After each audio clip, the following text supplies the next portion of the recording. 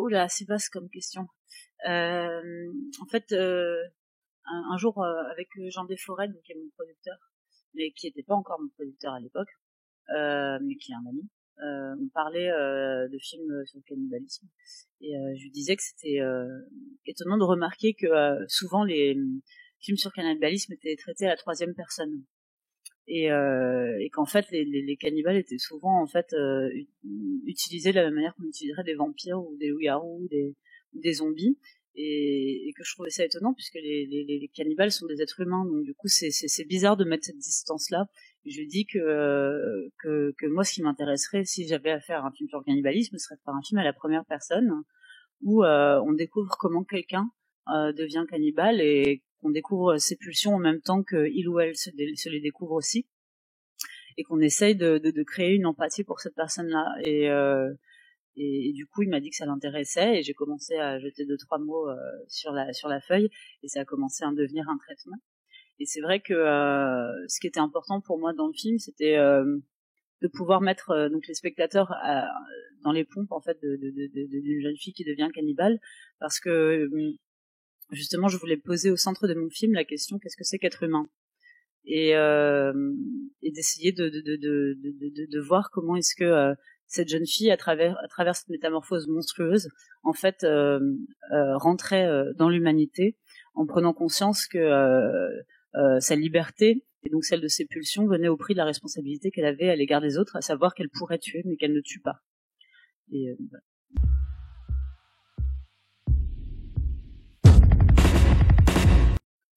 Bah en fait le fait d'être un crossover, donc un mélange de genres, c'est pas une stratégie chez moi. C'est pas pour parler à une multitude de gens ou quoi, c'est juste que je m'exprime comme ça.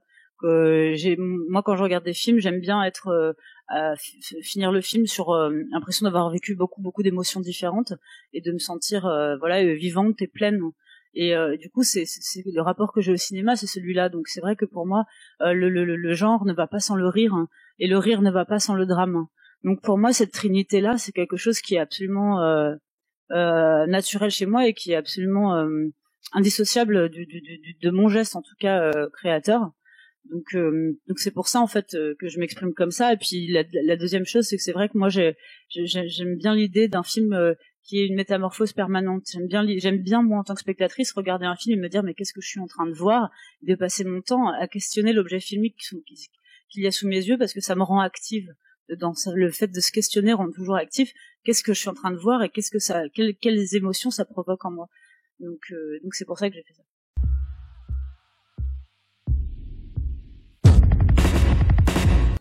Ouais, en fait, j'ai surtout lu des bouquins en fait qui retracent l'histoire du cannibalisme, mais d'un point de vue anthropologique, parce que je voulais en fait avoir pleine conscience des différents cas de cannibalisme qui ont pu avoir lieu dans l'histoire encore aujourd'hui, et d'étudier les cas moraux qu'ils représentaient.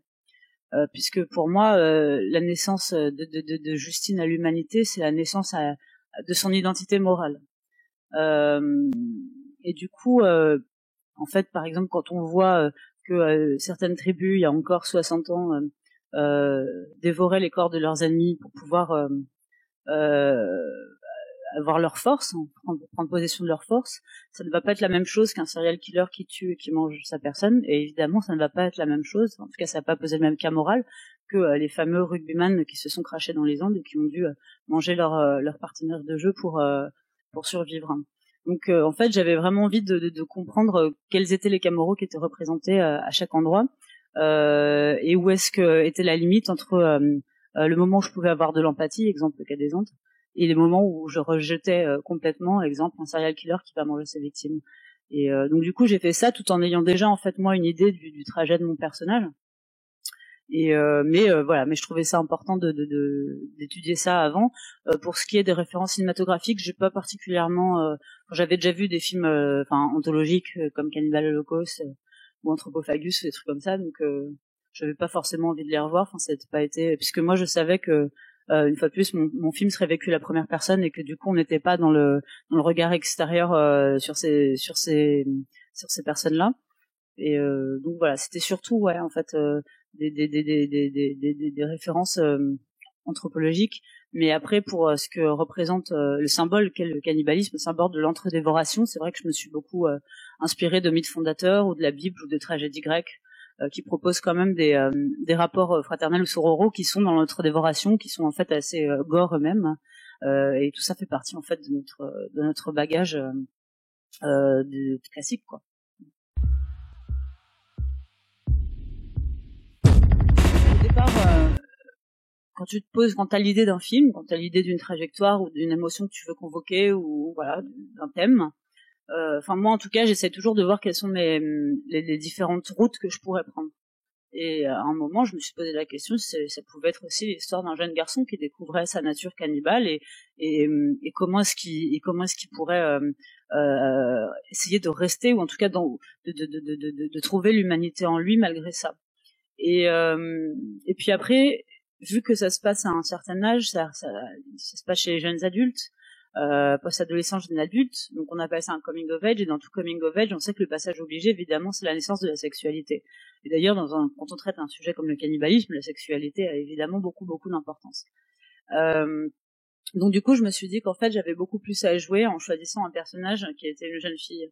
Parce que j'ai l'impression que que la manière dont la sexualité est représentée sur nos écrans chez les jeunes femmes, c'est une manière très cérébralisée en fait, qui est constamment dans la projection, c'est-à-dire dans l'après, dans la peur de l'après, donc l'appréhension de est-ce que j'ai choisi le bon mec, est-ce que j'ai bien fait, est-ce que je vais avoir une réputation, est-ce que je vais passer pour une pute et compagnie.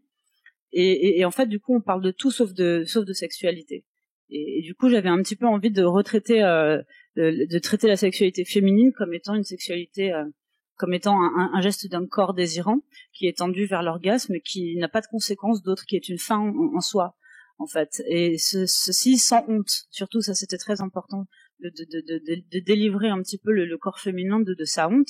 Et c'est pour ça que, parallèlement à ça, la manière que j'ai de traiter les corps féminins dans le film, elle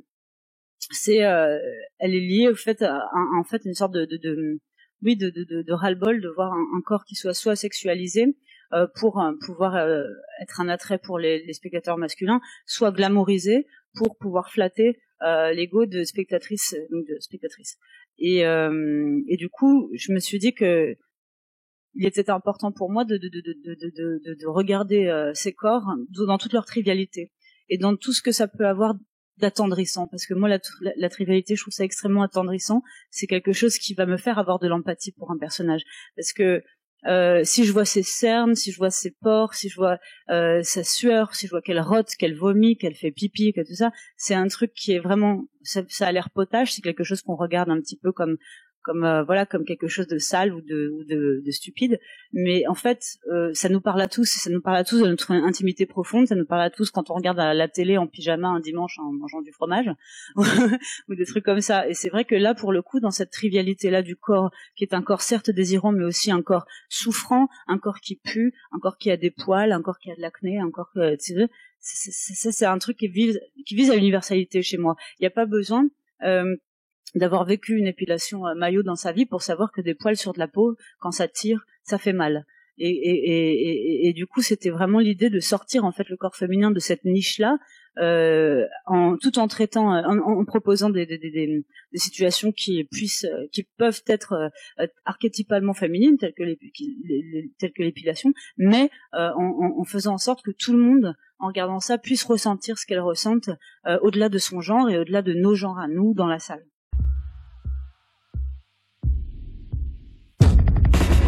Je l'ai pas écrit pour elle, au sens où moi j'essaie de pas penser aux acteurs quand j'écris, parce que j'ai l'impression, enfin en tout cas je crains que ça puisse biaiser mon rapport à l'histoire que je raconte et mon rapport au personnage.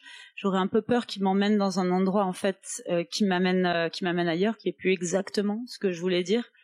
Donc du coup, ça a été très difficile avec Garance, parce que vu qu'on a déjà travaillé 2 fois ensemble avant Grave et qu'on est très proches dans la vie, évidemment que son visage me hantait comme pas permis pendant l'écriture, et donc je me suis vraiment forcée à pas penser à elle. Et puis j'ai même prospecté, j'ai considéré d'autres actrices et tout ça, tout pour qu'elles ne soient pas dans ma tête et pour pouvoir voilà, donner le plus d'ampleur au personnage possible.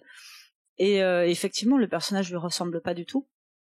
Et évidemment, quand j'ai eu fini ma dernière version de scénario, je lui ai proposé tout de suite parce que voilà, ça faisait 3 ans déjà que je galérais à penser à elle, donc j'ai pas fait durer le plaisir plus que ça. Et en fait, ce qui est formidable avec Garance, c'est que dans ces 3 collaborations, donc dans Junior, Mange et Grave, qui se sont étalées sur plus de 6-7 ans, c'est ça, puisque maintenant elle a 19, putain. Oh, qu'est-ce que je suis vieille. Et non, je me jauge mon âge par rapport à elle, c'est horrible. Et donc elle a commencé, elle avait 12 ans, donc dans Junior. Et ce qui est fou, c'est que on a commencé déjà sur un film qui était déjà assez musclé pour une fille de son âge. Et qu'en fait, petit à petit, déjà moi, elle s'est de plus en plus imposée à moi comme étant une grande actrice, au fur et à mesure de nos collaborations. Et il nous est devenu de plus en plus facile en fait de travailler ensemble parce que on avait besoin de moins en moins de mots. On se comprend très très bien avec Garance déjà dans la vie, mais sur un plateau encore plus. Ce qui fait que c'est formidable d'aller à ce point dans l'économie de mots. Et parfois je lui donne des mots clés, quoi, juste pour lui dire une position à tenir ou un truc comme ça. Elle comprend tout de suite ce que je veux dire. Et c'est vrai que du coup on a aussi une très grande confiance qui s'est établie entre nous, qui fait que cette confiance-là, elle tient au fait que donc j'ai vraiment confiance en elle pour ses talents d'actrice, et elle sait que je ne l'emmènerai pas à un endroit où elle ne veut pas aller sans en avoir parlé avant, sans l'avoir détricoté avant ensemble et tout. C'est vraiment il y a un pacte entre nous là-dessus. Et ce qui fait que une fois qu'on est dans une scène, alors là on y va vraiment à fond, toutes les deux. Moi, je suis toujours très très proche d'elle sur le plateau. Je dirige vraiment beaucoup les corps pendant les scènes et tout ça, surtout pendant les scènes très difficiles et très physiques. Et donc du coup, on a vraiment quelque chose de l'ordre de la main dans la main qu'on se tire. Il y a une émulation réciproque sur le plateau.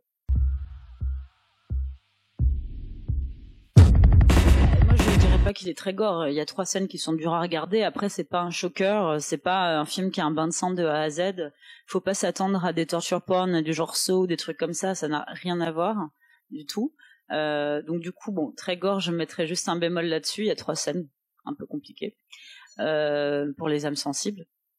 Mais est-ce que je m'attendais à ça? Non, bien sûr que non. C'était impossible de s'attendre à ça. C'est vrai que quand on fait un film, quand on l'écrit, puis même quand on le réalise, même si on est entouré par une équipe et tout ça, c'est un travail qui est quand même qui est très solitaire parce que ça implique beaucoup de doutes. Et c'est des doutes constructifs, c'est du doute positif, mais ça n'en est pas moins du doute. Et donc c'est vrai que moi, sur les 4 ans et demi, 5 ans que j'ai passé à faire le film, je me suis toujours demandé est-ce qu'il y a une personne qui va vouloir voir ce film ou qui va comprendre ma démarche. Donc c'est vrai que j'ai été projetée de ma salle de mix à Cannes parce que j'ai fini le film 3 jours avant Cannes, et donc vu que j'étais encore dans ma bulle en fait de fabrication et tout ça, et que je regardais pas du tout avec ça, je savais même pas qu'il y avait d'autres films cannibales sur la croisette, j'en avais pas la moindre idée. Du coup j'ai trouvé ça très intéressant quand je suis arrivée, je me dis mon Dieu, ça doit vraiment dire quelque chose de notre société. Et donc voilà, une fois arrivée à Cannes, là c'est le raz-de-marée, je comprends un peu rien, et puis ça l'est toujours aujourd'hui. C'est vrai que le film est pas encore sorti en plus, et vu que je suis très superstitieuse, j'ai pas du tout envie de dire oui c'est la folie, tout ça machin. Moi je sais jusqu'à la fin je suis comme ça, je fais mon travail, je fais mes interviews et j'essaye de pas faire de conjectures et de pas trop me projeter. Je suis juste très très contente de voir qu'en tout cas il y a eu des belles réactions, qu'il y a un public qui est là. Je suis contente de voir que les gens sont heureux d'accueillir un film qui disons n'est pas comme les autres et qui est un peu qui est une expérience, quoi, et de voir que les gens sont ouverts à cette expérience-là, ça me touche beaucoup. Ça fait déjà qu'on est un peu moins seul, et puis surtout que je me dis du coup je me suis pas trop plantée, quoi.